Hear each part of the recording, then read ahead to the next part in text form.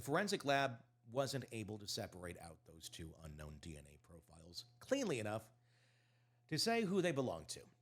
That means despite all the advancements in forensic DNA technology, this particular sample was what experts call inconclusive. And inconclusive DNA evidence is a defense attorney's dream. From a forensic standpoint, this three-person mixture is messy, which means analysts couldn't look at it and say with confidence, this belongs to Brian Kohberger. But they also couldn't rule him out. That left him in this kind of gray area that neither side in the case is particularly thrilled about.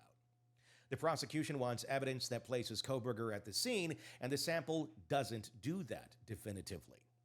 The defense wants something that excludes him completely, and this sample doesn't do that either.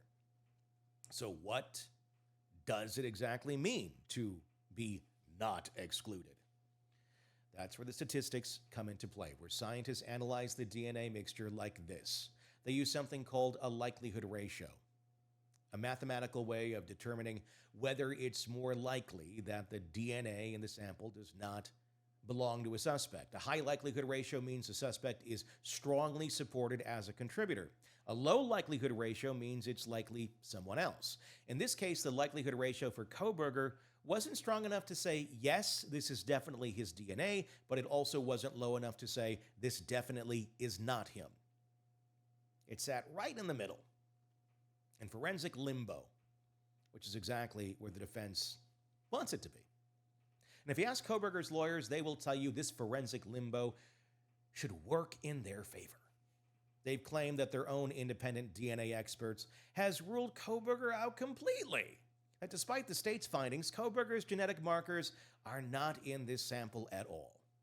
The details of their independent testing haven't been made public yet, so,